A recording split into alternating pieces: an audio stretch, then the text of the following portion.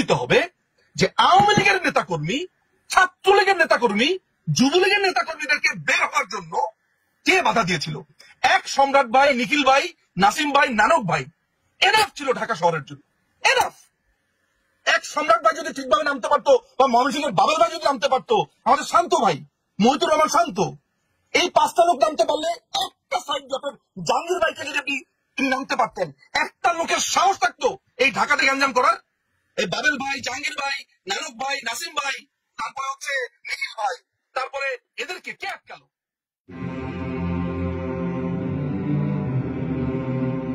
প্রশ্ন হচ্ছে যে মূলত বাংলাদেশ আওয়ামী লীগের ভেতরে কেউ কি করেছে কিনা। দেখেন, আমরা এখন এরকম যে কোনো একটা স্টেটের ভেতরে আছি, সেই জায়গাতে আমার মনে হয় না বাংলাদেশ আওয়ামী লীগ এই মুহূর্তে কাউকে কনফ্রন্টেশনে আনা, কাউকে ব্লেম করা, কারণ আমরা আহত অবস্থাতে আছি, উইন্ডেড। এরকম আহত অবস্থাতে প্রথমে যেটা দরকার, আমার যে ক্ষত, সেই ক্ষতের চিকিৎসা প্রয়োজন। আমি আহত হয়েছি, আমি নিজেকে আস্তে আস্তে আস্তে আস্তে করে ঠিক করবার চেষ্টা করছি। এই আহত বাংলাদেশ আওয়ামী লীগ হয়েছে নানান ভাবে, বেইমানি, বিশ্বাসঘাতকতা থেকে শুরু করে নানান ভাবে। কে কারা কিভাবে আছে সেই জায়গাতে আমি আপনাকে নিয়ে যাচ্ছি না, সেই মানুষগুলোর নামও বলছি না। অনেকের নামই আপনি বলছেন, অনেকের রেফারেন্সে আপনার কথা বলছেন, তো হয়তো বা অনেকের ব্যাপারেই সামনে প্রশ্ন আসবে।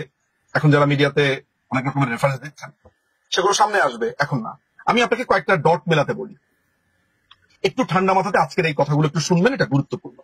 প্রথম কথা হচ্ছে, 2018 সালে যেই কোটার সমস্যাটা শেষ হয়ে গেছে, এটা 2021 সালে যেই ছেলেটি রিড করলো, সেই ছেলেটি কি? ওহিদুল ইসলাম তুষার। 2021 সালে সে রিডটা করলো, 21, 22, 23, 24, 3 বছর, 3.5 বছর, 4 বছর, কোনো সারা শব্দ নাই সেই রিডে। 23শে জুন যখন ওয়াকার, জঙ্গি সর্দার ওয়াকার যখন সেনাবাহিনী প্রধান হলো, তার পরের দিন রায়টা দিতে হলো কেন? যে রায় দিল জাস্টিস আপনার খিজির হায়াত খান এবং কামরুল কাদের, তারা কারা?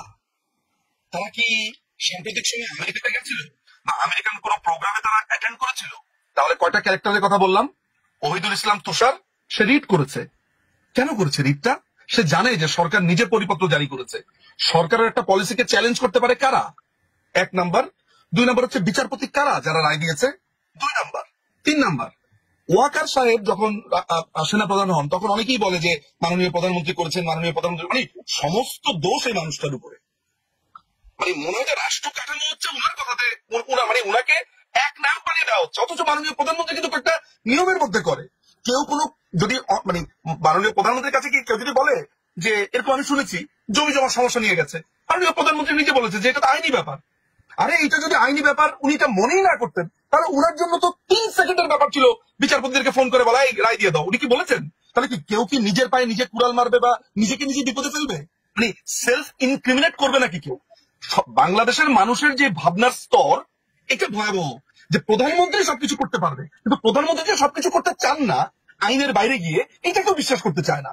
তার মানে ব্যাপারটা দাঁড়াচ্ছে উনি এটা আদালতের উপরে ছেড়ে দিয়েছেন।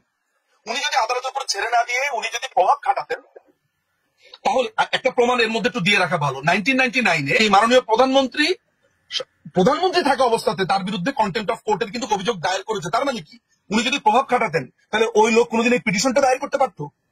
আমি প্রমাণটা করছি এই কারণে যে মাননীয় প্রধানমন্ত্রী অল দ্য টাইম আইনের প্রতি শ্রদ্ধাশীল ছিলেন। আচ্ছা, এই যে আইনের প্রতি শ্রদ্ধাশীল এত বড় আমি বয়ানটা দিলাম, কেন দিলাম?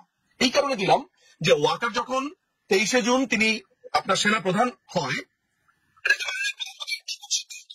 নাকি ডিজিএফআই রিপোর্ট আছে, নাকি এনএসআই রিপোর্ট আছে, বিভিন্ন গোয়েন্দা সংস্থার রিপোর্ট আছে, এগুলোকে আমরা বিবেচনা করেছি। তাহলে এই ওয়াকারকে একেবারে এমন একটা পজিশনে কারা আনলো রিপোর্ট টিপোর্ট দিয়ে যে সে হচ্ছে সবচেয়ে যোগ্য? আমাদের মনে হয় এইটাও ভাবার দরকার আছে। আচ্ছা, ফলে মাননীয় প্রধানমন্ত্রীর উপরে দায় চাপানোর কোনো কারণ নেই। একটা কি দায় চাপানো হয়? উনার হচ্ছে কি, উনার কাজিনের হাজবেন্ড। মানে এটা তো খুব সহজ। আপনি আমাকে একটা ঘুষি দিবেন, ঘুষি দেওয়ার জন্য আপনাকে একটা পয়েন্ট লাগবে না? এই নিজুম ভাইয়ের মতো দেখতে ওই লোকটা, তার মানে ওর কাজিন মনে হয়, দিয়ে একটা ঘুষি। ব্যাপারটা ওইরকম। আসলে ব্যাপারটা ওইরকম না। এখন আপনাকে তাহলে কি কি বললাম? কারা রিড করলো? সেই ওহিদুল আলম তুষার কে? তার ব্যাংক অ্যাকাউন্ট কি চেক করা হয়েছে? সে কেন রিড করা হলো? 3 বছর পরে এই রিডটা ঠিক 24শে জুন কেন আদালতে উঠলো? এটাকে আমরা চেক করেছি। এই কামরুল কাদের, খিজির হায়াত, এই হাইকোর্টের 2 বিচারপতি কারা? এদের আমেরিকান কানেকশন কি আছে? আমরা কি সেটা দেখেছি? আচ্ছা, এগুলো গেল একটা। এরপর আমি আপনাকে আরেকটা, এইটার সাথে সাথে আমি আপনাকে আরেকটা ছবি দেখাই। ধরা যাক সুলতান আপা, আমি আপনাকে একটা অ্যাটাক করবো, নিজন মজুমদার আমি আপনাকে এখন অ্যাটাক করবো, আপনি এখন স্টুডিওতে আছেন নিউ ইয়র্কে, কিন্তু কেউ যাতে কোনোভাবে না বোঝে অ্যাটাকটা আমি করেছি। আমি আরিফ জাগতিক ভাইকে করলাম কি, রাস্তার মোড়ে রাখলাম একটা অস্ত্র নিয়ে, তার সাথে আরো 4টা টিম রাখলাম। এখন আমি আপনার সাথে এমন একটা আচরণ করলাম, এমন একটা পরিস্থিতি তৈরি করলাম, আপনি ঘুরে ঘুরে আরিফ জাগতিক ভাইয়ের ওই লেনে গিয়েই দাঁড়ালেন। আরিফ জাগতিক ভাই আরো 4জন লোককে ঠিক করেছে, আবার বাম দিকে ঘুরে ওই লেনেই গেলেন। তার মানে আমি একটা ক্ষেত্র তৈরি করেছি এই সেনাবাহিনী এই এই লাইনে নিয়ে আসার জন্য।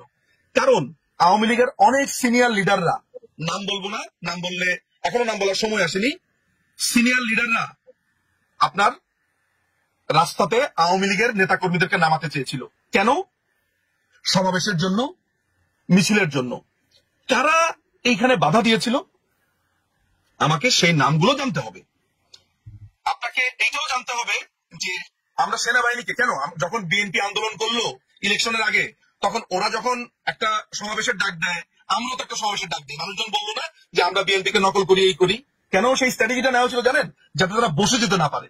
এটি তো ছিল আমাদের ব্যাপারটা। তাহলে একই স্ট্র্যাটেজি কেন আমরা ওই 5ই আগস্টের আগে নিতে পারলাম না? কারণ 21 তারিখের মধ্যে ওই বৈষম্য বিরোধী ওরা নিশ্চিত হয়ে গিয়েছিল যে দে ফেইলড।